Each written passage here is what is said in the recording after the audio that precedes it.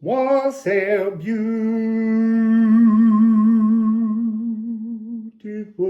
people.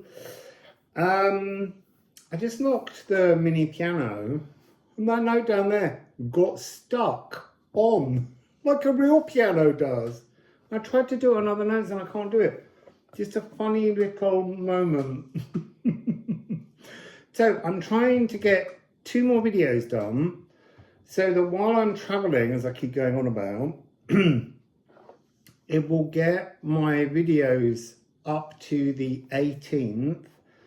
So it would be perfect to start a new video in a new energy. So we'll see what comes. Hopefully I'm in Guernsey. With some stones. They've got some lovely stones. Also, I have my maternal great-grandmother, Maud. Her brother, Samuel Albia. His middle name was Albia. He was a tattoo artist, weirdly, in Marylebone in about 1910, 1912. But he obviously fought in the First World War, and then he ended up in Guernsey and he died there. And that's part of another reason why I'd like to go there.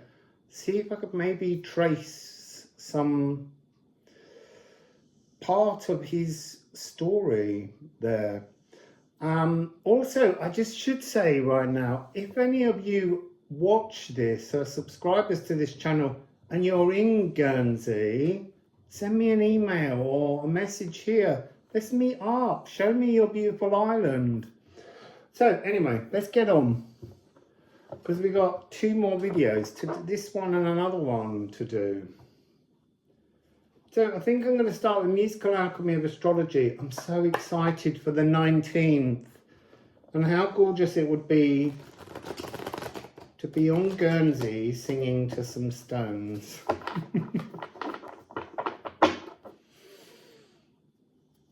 So I'm going to have to check the time, because I've forgotten, of Pluto's actual ingress, because I might have to do a 19 video and then one after that time. So here we have the moon and planet Earth. I'm really being immediately drawn or shown, feel, sense something much simpler.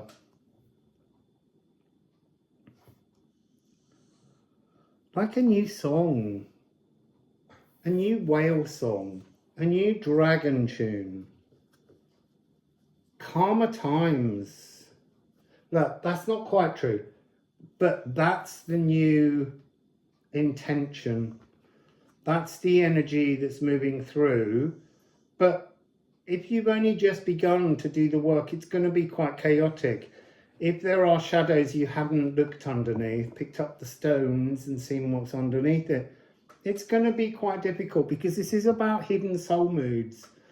This is hermetical fusions. So this is about beginning to bind your galactic inheritance into the world around you. So this is an open, focused reality, a sacred earth walk. This is about anchoring back in. I would say anchoring back in, but also anchoring in to your new reality. So yesterday's reading was about how we transfer to a new timeline. And this one's about anchoring in to that new timeline. I also think there's an energy here of getting all the way up here and then finding yourself back down there. Getting yourself to there and finding yourself back down there. Finding yourself almost there and finding yourself back down there. There will come a point, as yesterday's reading will show you, when you will go from here and appear here. It's a new reality. So we have I am shadowy, I am distinct. Look, you have to learn to love your shadows, because your shadows are what make you distinct. And then I am untethered, I am grounded. So that's a fascinating one, because that's this pull. You're tethered.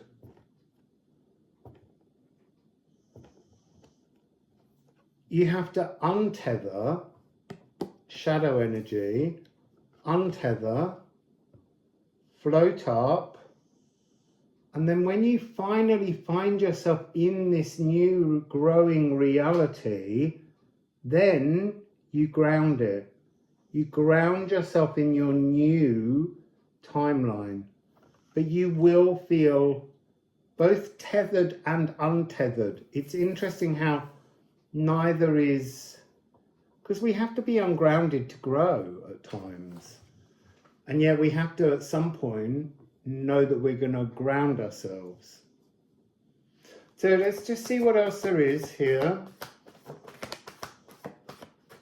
Mercury.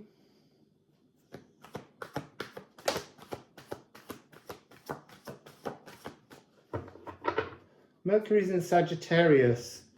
Mercury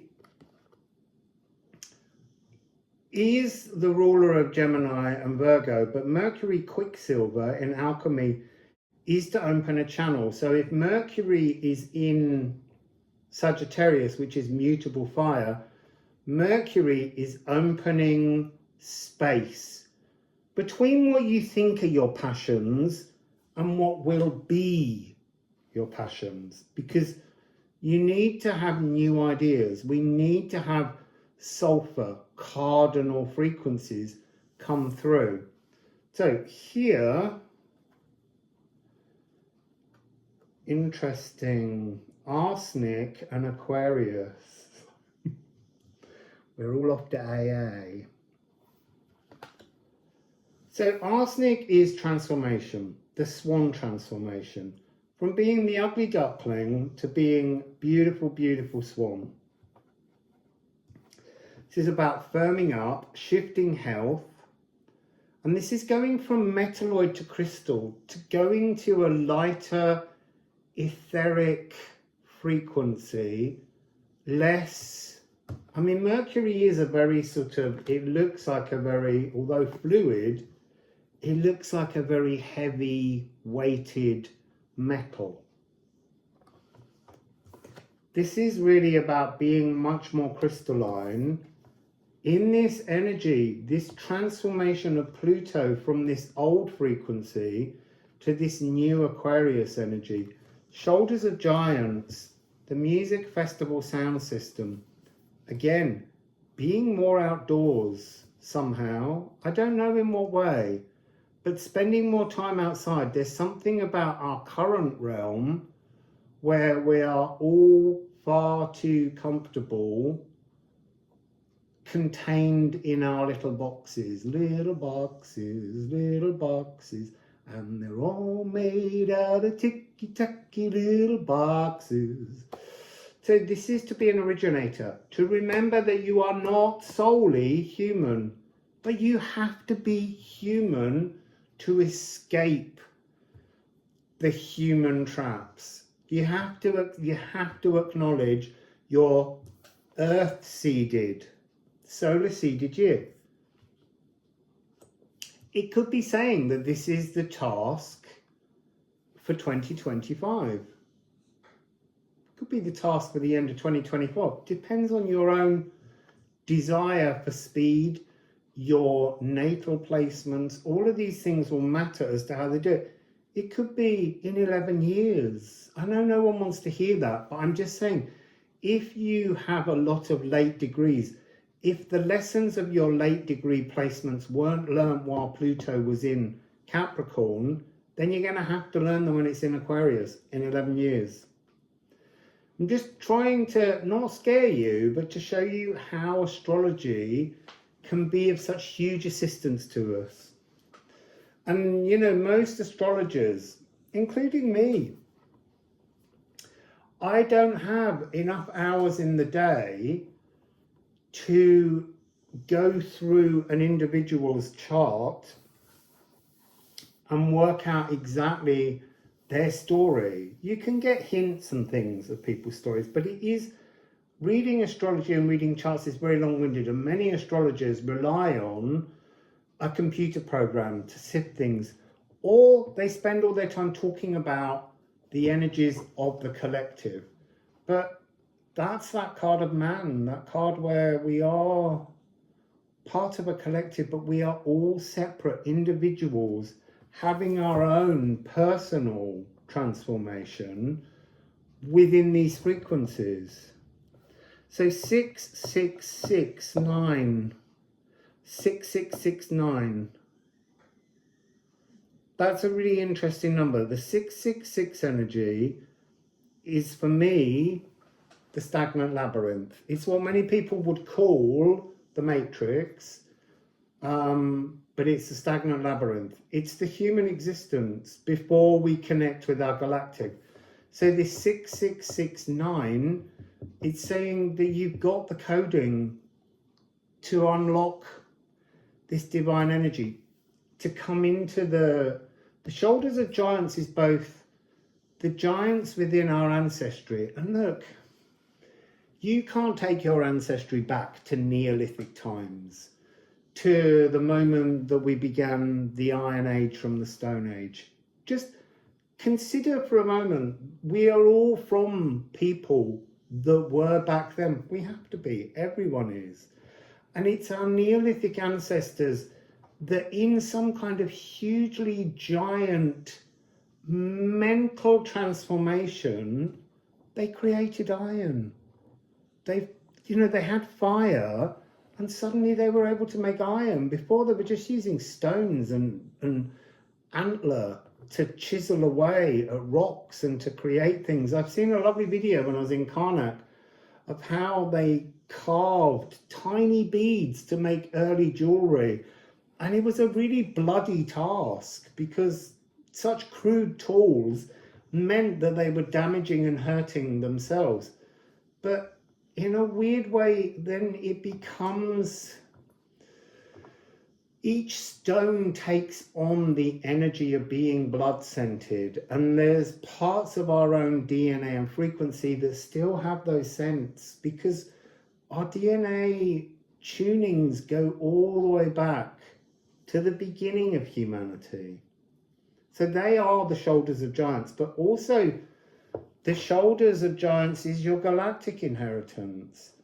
The giant leaps of consciousness that only take place in human reality because there is a cosmic consciousness attached. So our very galactic being is the thing that creates the huge leaps forwards that humankind has made, for good and bad, you know? Maybe if we'd never made iron, we wouldn't have made swords to kill each other. But it's not something that can be speculated, because that's the journey here. In other realms, there maybe wasn't a need for that. And so there's a different story that you might remember. You see, when I first came here, I just couldn't understand how the frequency of Earth worked, why there was such unfairness in society. I don't understand it. I don't understand the desire to hurt or harm, or to suppress, to dent the beautiful energetic flow, the aura of another. I don't understand that. I don't think I ever will, for all that I rationalize about it. Just like, stop being cruel and mean to each other. So Pluto, just got 2 days left in Capricorn, my friend. Get out, Capricorn, quickly. Remove yourself. Look, it's emotional. It's emotional even for Pluto to move to Aquarius.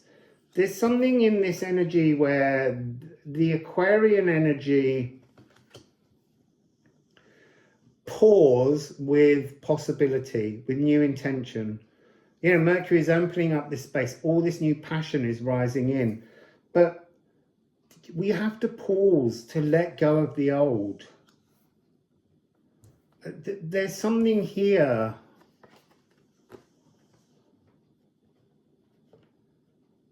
And I know this has come through in a reading before, but it's coming through again now. This is the mirror of the last 20 years. Well, it's broken. It's time for a new mirror. It's time for us to see ourselves differently, to see the world differently. That's the energy coming through here. So let's just... anything else? Oh my God. See, it was the moon. It was the old mirror in Capricorn. It's got to go. There's something here sticking out. What is it? Moon in Virgo. Interesting. So Moon in Virgo is empathic luminosity, the mathematics in music. And it's a 3. Well, it's 3-3. It's a power number. This is star weaving, focused life trimming, voicing changes, retuning, redefining circumstances. This is about to become South Node, Virgo. There's something about that. Removing, changing the nodes. We've just done Libra South, Aries North, Virgo South, Pisces North.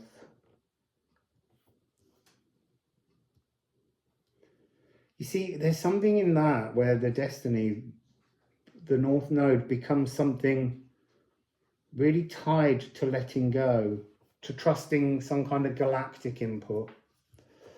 So one more, please, or two. Oh, it was 1717 then when I looked up.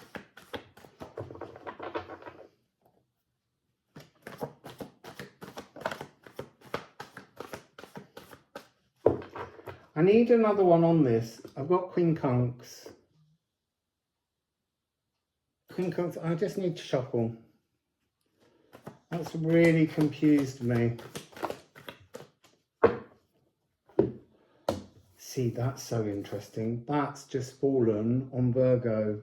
South Node, Heart's Desires.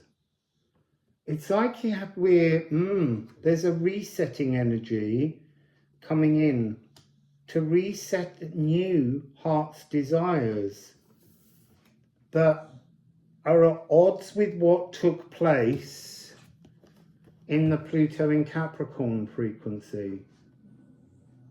That's just quite interesting.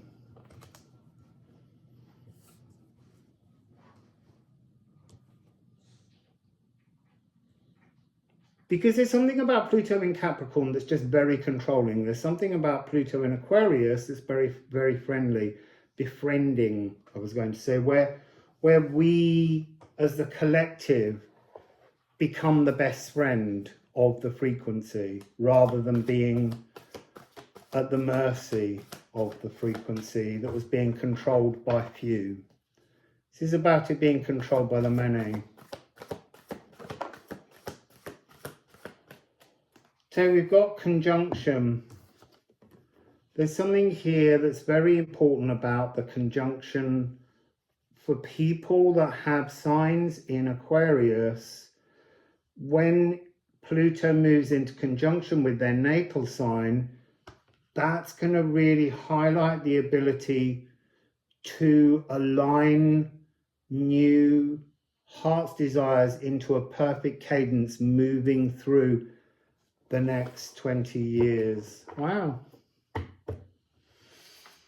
Lovely little reading. I have my moon at 6 degrees. Oh, 666, see? You see, you don't think about these things until they kind of come up. There's quite a lot of sixes here. There's a 6-1, a 2-6, a 5-6, a 1 and a 5, which is a 6, and 669, 6, 8, 6, 1, 6. Every single card, apart from one needs to be removed, what needs to be removed from your earth is the moon in Capricorn, or the idea of your emotions being in Capricorn. It's time to move, to transform all of these energies and all of your gifts to the new sign of Aquarius. Otherwise you remain at odds with things. This will make everything easier. What was difficult will become easy. That's lovely. So, Wassail! Anyone interested in a private one-to-one sound healing reading with me, just follow the email link below. Wassail.